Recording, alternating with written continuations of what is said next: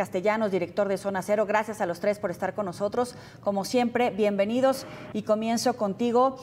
Ulises, este 10 de mayo no se va a celebrar como se hace tradicionalmente el 10. Algunos señalan el uso político del dolor ajeno y otros aseguran que la protesta masiva es la única forma de visibilizar la realidad que se evade. ¿Tú qué dices?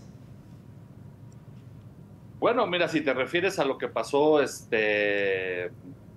con respecto a lo que pasó en la UNAM, pues evidentemente lo que pasó ayer y que se está empezando a reflejar con esta violencia, el tema de los desaparecidos y víctimas, pues eso calienta el ambiente de cara a la elección, ya sea por la razón que haya sucedido lo que sucedió. Evidentemente eso va a usarse de manera política y pues vamos a ver qué tanto lo capitalizan o digamos de otra manera cómo le sacan raja a este tipo de datos y a este tipo de circunstancias de nota roja que derivan en lo político. Claro, y el 10 de mayo, evidentemente, en esta protesta donde se convoca, por ejemplo, para empezar, a las madres buscadoras, pero tienes razón en que hay un uso político del dolor o de la expectativa por alcanzar la justicia o encontrar a los desaparecidos, etcétera. ¿Tú cómo lo evalúas, Luis Miguel? Creo que decir hay un uso político es decir una obviedad en este sexenio, pero también en los anteriores. Evidentemente quien está en el gobierno va a decir el problema es que se politizó, pero yo diría cualquier asunto relevante de interés público es político en el mejor sentido de la palabra, no solo en relación a una contienda electoral, sino en lo que tiene que ver con relación entre ciudadanos y gobierno o incluso en esta definición de lucha política que es la lucha por el control de una narrativa. Evidentemente, este gobierno fue integrado, me refiero al movimiento que llega al poder en 2018, en él participaron mucha gente que estuvo en movimientos de desaparecidos. En ese entonces parecía que era muy claro quiénes eran los malos, quiénes eran los buenos. Ajá. Tenemos desaparecidos del ejército desde los 60, 70, la Guerra Sucia, y ahora pues simplemente el problema es que, coincido con Ulises, parte de la discusión está incluso en la estadística. ¿Cuántos desaparecidos son? Tú lo anotabas al principio, Joely, me gustaría enfatizarlo. Uno de los grupos de heroínas de este sexenio son las madres buscadoras. Creo que han sido tratadas injustamente porque al dolor de su tragedia personal han tenido la poca empatía del poder público. Creo que podemos discutir muchas cosas, pero nadie puede discutir que el movimiento de madres buscadoras fundamentalmente son heroínas contemporáneas. Y a mí me parece que deberíamos de destacarlo, incluso visibilizarlo. Son mujeres que deciden salir a buscar a desaparecidos en los términos que hayan sido, si eran delincuentes o no, al final son madres, son hermanas, es la familia. Pero ¿por qué empezamos a obviar o a decir que es normal que no se busquen los desaparecidos? O decir, es que eran criminales, entonces no deberían de buscarse o que no se nos olvide. ¿Por qué estamos cayendo en esa normalización de algo que ni siquiera se podría hablar de un estado donde se vive en seguridad y justicia, Alberto? Yo, antes de preguntarle por qué, hay que decir que esto, o sea, la razón por la que tenemos una lista de desaparecidos y que un desaparecido forzadamente por el ejército en los años 60 o 70 y un desaparecido hoy que fue matado quizá por el crimen organizado, ¿por qué los metemos en la misma lista? Y la respuesta es porque el Estado tiene la obligación de buscar y identificar y de proteger a los ciudadanos. Un Estado que no busca a sus ciudadanos, un Estado que no se hace responsable de encontrarlos, de ayudar a las familias a encontrarlos y de identificar a los criminales que los hicieron desaparecer y de juzgarlos y de meterlos en la cárcel en el caso de que sean culpables. Un Estado que no hace eso, comete la misma omisión, no la misma, pero es una omisión que en lo que llamamos la definición de desaparecidos es tan grave como el Estado que desaparece ciudadanos. Entonces, por eso estamos hablando de eso. ¿Por qué lo asimilamos? Pues porque evidentemente al poder político le interesa eso, al poder político, al quien está en el gobierno que sea, local, federal, el que sea, le interesa pues que pensemos que el que ha desaparecido pues algo habrá hecho. Es algo que se dejó caer cuando gobernaba Calderón y es algo que evidentemente le interesa también a este gobierno. ¿Es inhumano? ¿Es inaceptable? Sí. Es, por supuesto, es un crimen. Hay un delito en la omisión por parte del Estado en buscar a sus ciudadanos desaparecidos también. Y que es un tema político, por supuesto, es un tema de discurso político de, bueno, algo habrán hecho, que se lo resuelvan entre ellos, es una cosa que es inaceptable. Los que hoy son oposición, es decir, el PRI y el PAN, antes eran señalados precisamente de procedimientos violatorios a los derechos humanos, de actos de tortura, de desaparición forzada, pero ahora ellos son los que señalan esta actitud por parte del actual gobierno, encabezado por Morena. Y particularmente el crematorio clandestino denunciado por Ceci Flores dividió opiniones no solamente entre la clase política, incluso entre las propias madres buscadoras. Ulises, ¿qué opinión tienes al respecto? Ay, mira, ese es un tema muy resbaloso, Yoli. Déjame separarlo en distintas etapas. El tema de las buscadoras como un tema sobre un paraguas en el que todos los desaparecidos deben ser localizados y todas las madres buscadoras son unas heroínas, me parece correcto desde el punto de vista ético para empezar. El problema es que en México todo lo desbaratamos, ¿sabes? Hay muchas madres buscadoras que viven de buscar a sus hijos. El Estado mexicano no tiene la capacidad para buscar a 111,000 personas. Ni ni ninguno anterior, ¿no? Ni ni el nunca. A ver, 111,000 personas desaparecidas. En Estados Unidos se desaparecen más personas al año, cerca de 200,000. Sin embargo, en Estados Unidos el 80% son localizadas o hay una respuesta. Está muerto, está vivo, pero aparecen. Tienen un sistema mucho más efectivo de justicia y de equipos para buscar. Por eso allá no hay madres buscadoras. Como aquí no es posible, y voy a dar dos datos muy simples. En la Ciudad de México tenemos más de 250 MPs que pueden abocarse a este tema. Ajá. En el estado de Morelos no rebasa los 20. ¿Cómo vamos a buscar a las personas si no hay quien las pueda buscar?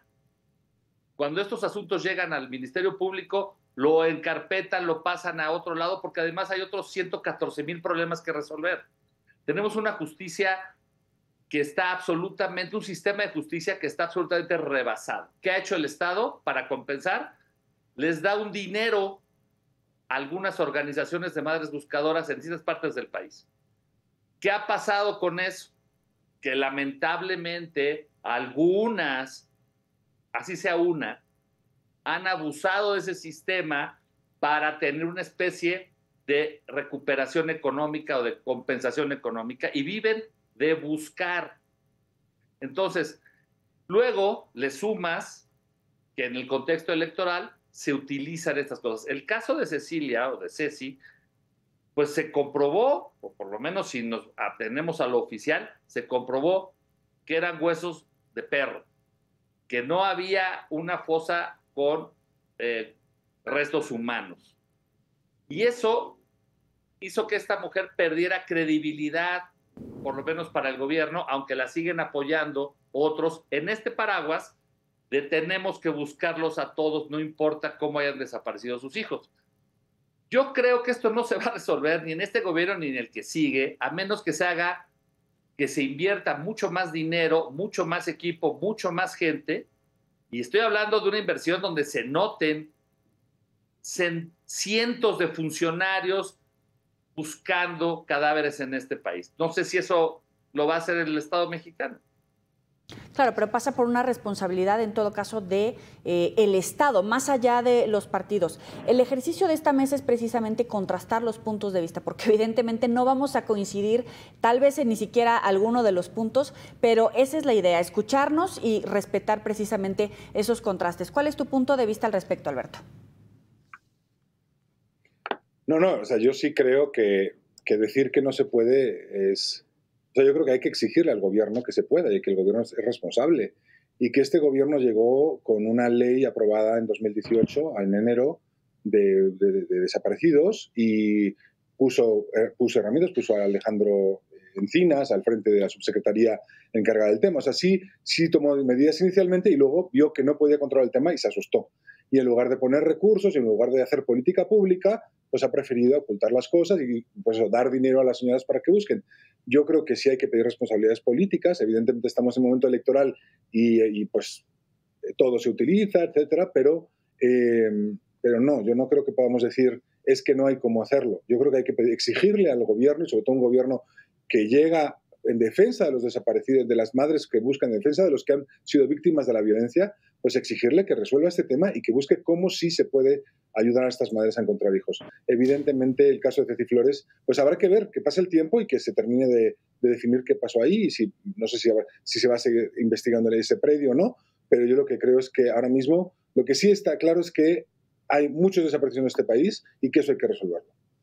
Luis Miguel, ¿qué pasa con el tema de fondo? Porque es cierto que hay deficiencia en el número de personas que atienden los ministerios públicos. A lo mejor es una falla estructural, a lo mejor también la red de corrupción y de cobijo, de impunidad entre clase política o vínculos con grupos de crimen, del crimen organizado puede rebasar cualquier estado. Te lo dejo sobre la mesa, vamos a hacer una pausa aquí en Mesa de Periodistas, ya volvemos.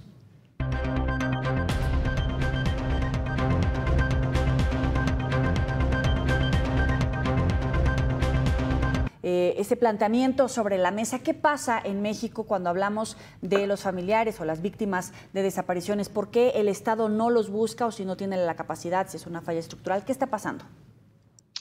A ver, creo que coincidimos los tres, es un tema gigante que va más allá de la capacidad, ya no digamos del gobierno, de la propia sociedad para entenderlo. Yo diría, incluso en casos... Vamos a ir los casos más extremos. Los desaparecidos formaban parte de un grupo criminal y fueron desaparecidos, valga el abuso de la palabra, por otra banda criminal. ¿Cuál es la actitud correcta en términos de empatía frente al dolor de ellos, de sus familias? Es bien complicado. Creo que de repente las estadísticas nos ayudan, porque lo que sí creo que es inaceptable es que el problema sea más grave ahora que antes. Y no es un asunto subjetivo, sino es cuantitativo. En el sexenio de Calderón estamos hablando de 8 desaparecidos diarios. Ahora estamos hablando de 26 desaparecidos en promedio por día. O sea, de ese tamaño es la involución, la degradación. Evidentemente, el Estado no es culpable de que se hayan triplicado el número de desaparecidos, pero esperamos una reacción proporcional. Para mí, ¿qué sería una reacción proporcional? Por ejemplo, que aumentara el presupuesto de la Comisión Nacional de Búsqueda de Personas. Presupuesto prácticamente sigue en los mismos números que tenía en un contexto en donde el problema es más delicado. ¿Qué esperaría? Pues que mencionaba ahorita Ulises el tema de Ceci Flores. Yo digo, con todo respeto, ni aunque fueran huesos de perro, puedes invalidar su trayectoria. O sea, yo digo, es una mexicana valiente, luchadora, ejemplar en muchos sentidos. No digo que sea ejemplar porque vaya y se manifieste afuera del Palacio Nacional. Tiene años haciendo una tarea complicadísima. Yo digo, suponiendo que cometió un error, ¿quiénes somos para señalar a alguien y decir está acabada porque se equivocó? No hay errores en Palacio Nacional, no hay errores en la campaña de Xóchitl, no hay errores en cualquier empresa, incluyendo Megacable, El Economista, Enfoque Noticias. Entonces me parece que vale la pena poner en perspectiva las cosas.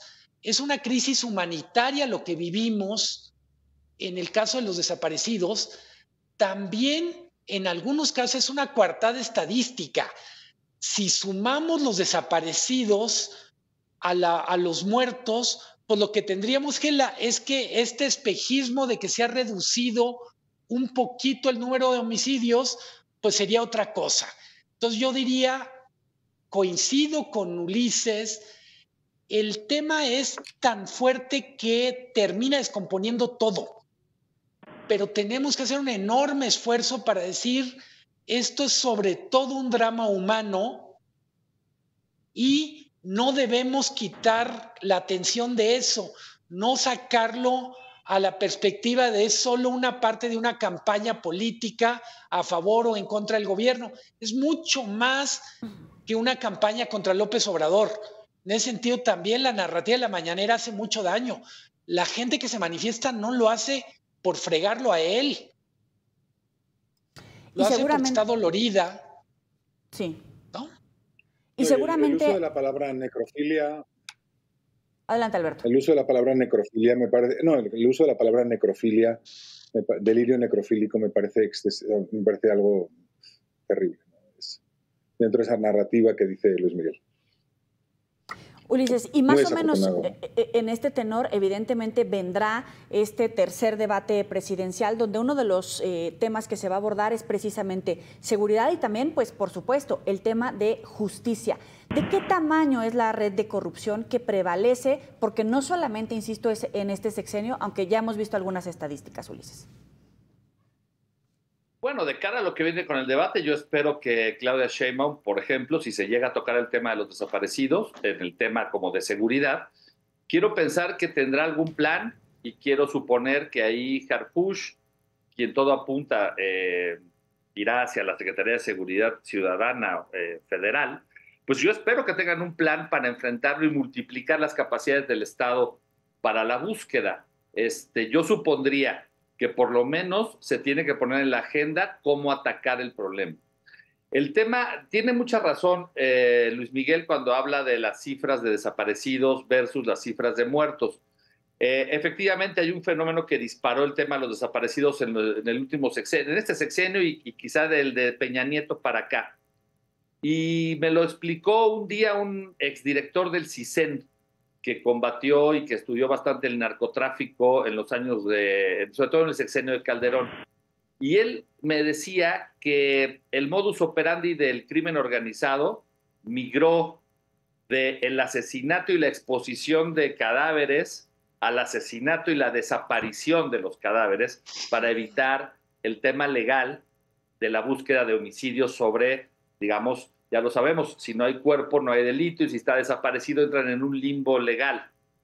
Entonces el crimen organizado es el principal factor generador de violencia que por supuesto multiplicó el número de desaparecidos porque cambió el modus operandi.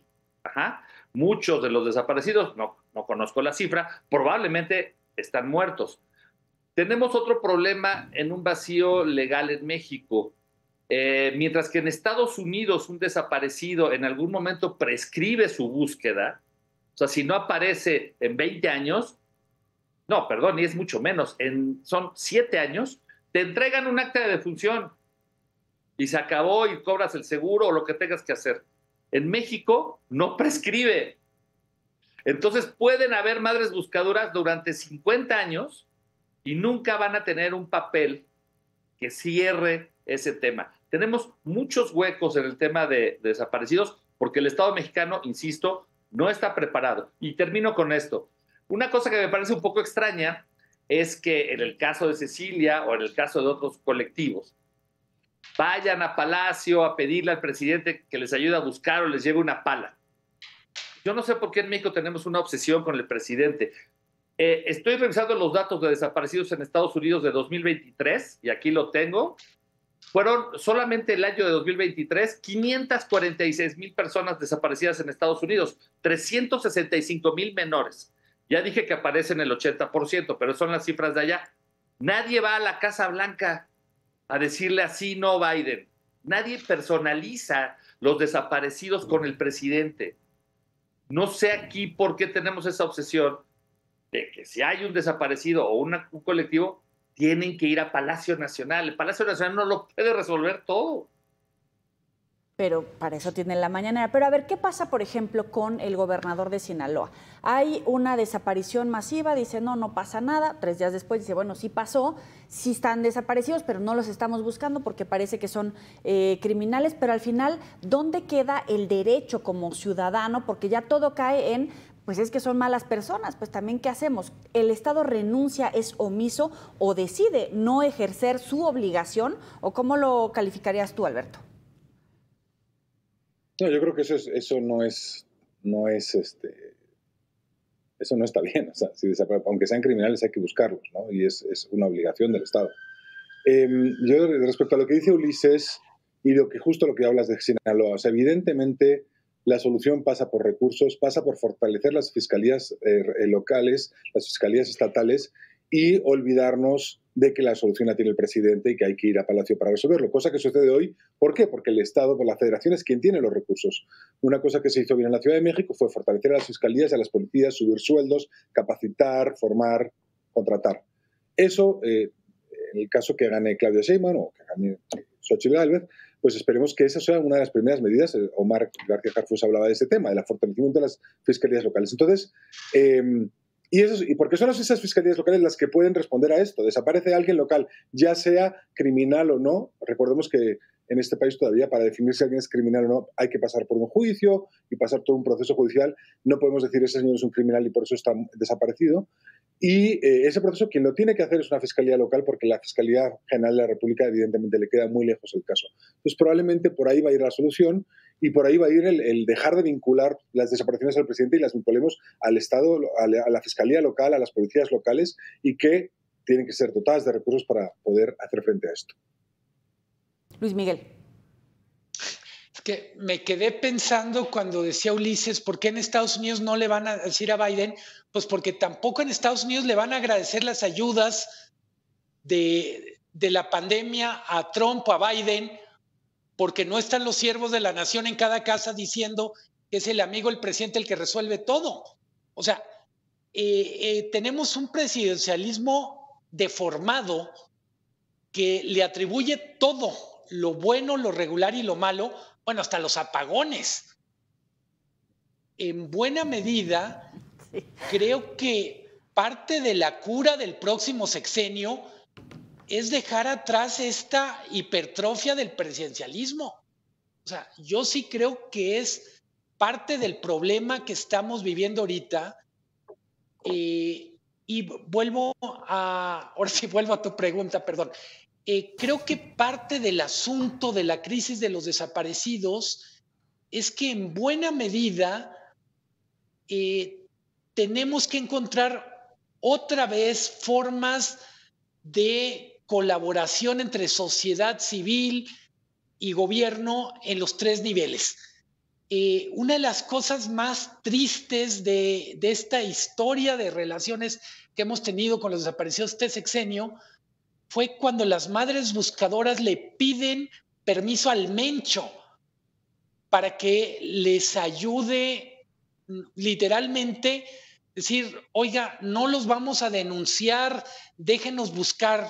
Nos da una idea también cómo este tema de desaparecidos es un asunto de poderes fácticos, de desaparición o sustitución del Estado por el crimen organizado en regiones del país. Por eso es tan complejo, de verdad. Sí. Yo cuando estaba preparando el tema decía, no tiene lado bonito el tema de desaparecidos. Cuando hay algo de humor, es humor muy doloroso. Bueno, pero por lo menos dejamos algunas ideas interesantes en este tema. Se nos acabó el tiempo. Luis Miguel González, director editorial del Economista, gracias por estar con nosotros. Alberto Bello, director de Enfoque Noticios de NRM Comunicaciones, también gracias por estar aquí en la mesa de periodistas. Y Ulises Castellanos, director de Zona Cero. Gracias a los 3. Nos vemos la próxima. Pásenla bien.